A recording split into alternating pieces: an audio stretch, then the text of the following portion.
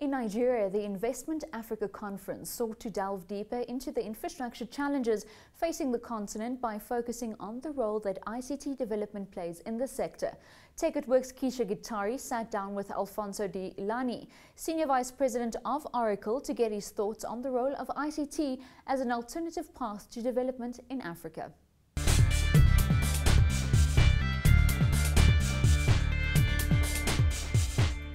Africa is the new destination for investment, and Nigeria stands a chance to take advantage of the current global volatility at this point to attract foreign direct investments.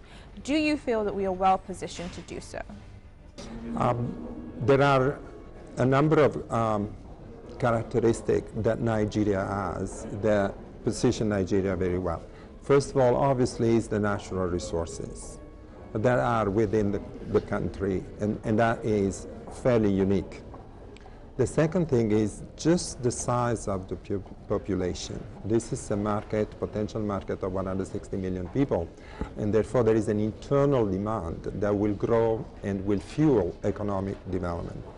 Thirdly, there's talent. We have hired Nigerian young people in Oracle. We have over 70 people in Lagos. We're opening an office in Abuja as well. We are people in Abuja. And these young people, such as yourself, they are very bright, very willing to learn, because they know that the gold is potentially in their hand if they, they move. And we found very, very good, encouraging people, talent.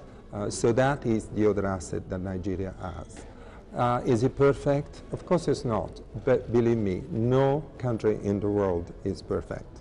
You earlier mentioned that information technology is a key part of infrastructure development and should be treated as such. Could you please expound on this for us? The reality is today that we have almost 38% of the world population having access to the internet. That will go to 43% in 2 years. 43% of the world population have access to the internet. What does that mean? That means that these individuals will contribute to create this global village that I was talking about, which was just a word a few years ago. But it's happening. It's happening under us. It's happening. People don't need to move to do business transaction. 40% of the French population buy on the internet. No boutiques anymore.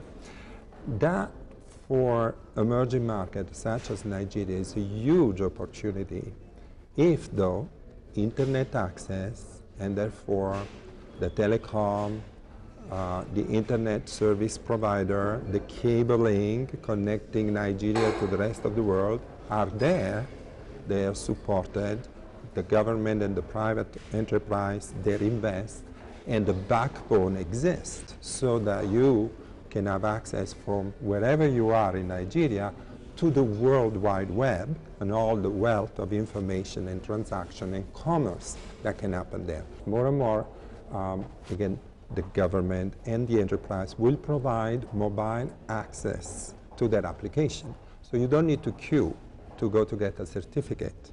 You could do it over your mobile access to a website of the government.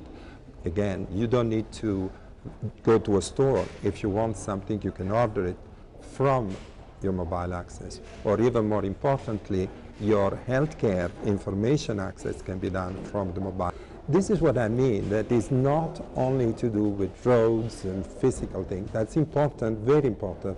But all these examples I gave will improve the quality of life and the speed of the economic development. Looking at the role of government and the private sector in ICT development and attracting foreign investment, how best do you think the two can partner? There is a political choice and a technology choice. The political choice is that technology will be chosen as top item in the priority of a government.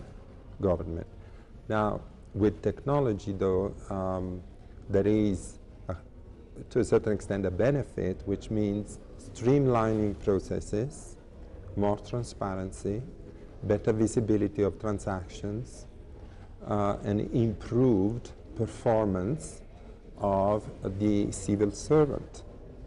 Because something you were doing by hand that would take a whole day, with technology can be done in an hour.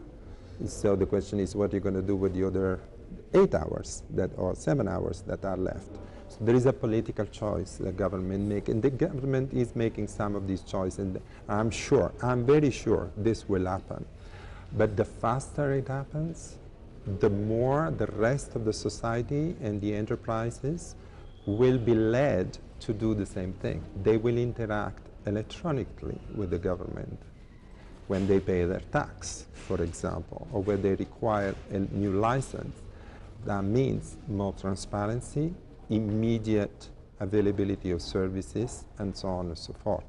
So it's in the emerging market, if the government embrace the use of technology, that can become an engine for growth, because through that they will spin other initiatives in the economy along the line of technology, and that will grow everybody else's opportunities. So there needs to be a regulatory and a political choice, and then there needs to be a technology choice. But believe me, the issue is not technology. The technology is available today. It's its usage and the intention of using that needs to happen.